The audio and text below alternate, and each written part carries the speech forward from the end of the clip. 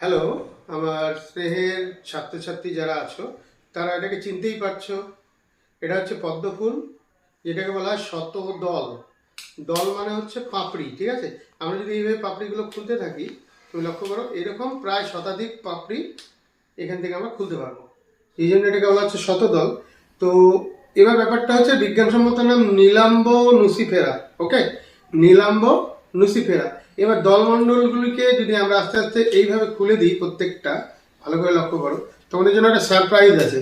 খুব ভালো করে লক্ষ্য করো, এটা কিন্তু উভয়লিঙ্গ ফুল, ঠিক আছে। উভয়লিঙ্গ ফুল এই কারণে বললাম, এদিকে দেখো এগুলো হচ্ছে পুংকেশর, এগুলো হচ্ছে সব পুংকেশর। এই যে পুংকেশরগুলো ঘিরে আছে, দেখতে পাচ্ছ তো, এটা পুংকেশর। আর মাঝখানে সুন্দর একটা জিনিস দেখো, এই যে যেটাকে আমরা বলছি গর্ভকেশর। গর্ভকেশরের মধ্যে ইয়েলো কালারের কতগুলো dot dot dot dot dot dot রয়েছে, তাই না? লক্ষ্য করো, তাহলে এটা পলিনেশন হয়ে যাওয়ার পরেই কিন্তু এর ভিতরে তোমার এটা আসলে তখন ওর মধ্যে সিড ফর্মেশন করে, মানে এর ভেতরে ছোট ছোট ছোট ছোট বীজ তৈরি হয়। সেই বীজগুলো খেতে একদম বাদামের মতো লাগে। ওকে, তাহলে আমি এবার চলে আসছি তোমাদের এই যে গর্ভকেশরটা, এটা আকারে এত বড় হয়ে যায়, লক্ষ্য করো, আকারে এত বড় হয়ে গেছে, লক্ষ্য করো। এই যে সিডগুলো এখানে সব কিন্তু এগুলো সিড, এগুলো প্রত্যেকটা সিড। এবার আমরা যদি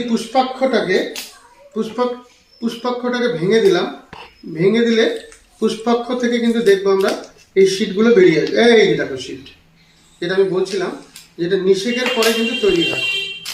লক্ষ্য করো, এই যেগুলো হচ্ছে শীট। তাহলে কোথায় হয়েছে? এই দেখো পুষ্পাক্ষের মধ্যে। তাহলে এটা সপুষ্পক উভয়লিঙ্গ একটা উদ্ভিদ।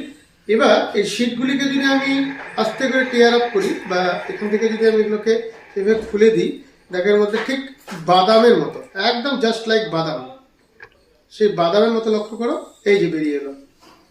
এই যে এটা কিন্তু গ্রামে গঞ্জে এবং অনেকেই জানো, এটা খুব টেস্টি একটা খাবার। এটা কিন্তু তোমরা এটাকে এইভাবে টেয়ার করো, এই যে দেখো বেরিয়ে এলো এটা। এবার এটাকে খেয়ে দেখো কি টেস্ট, আউটস্ট্যান্ডিং, একদম বাদাম।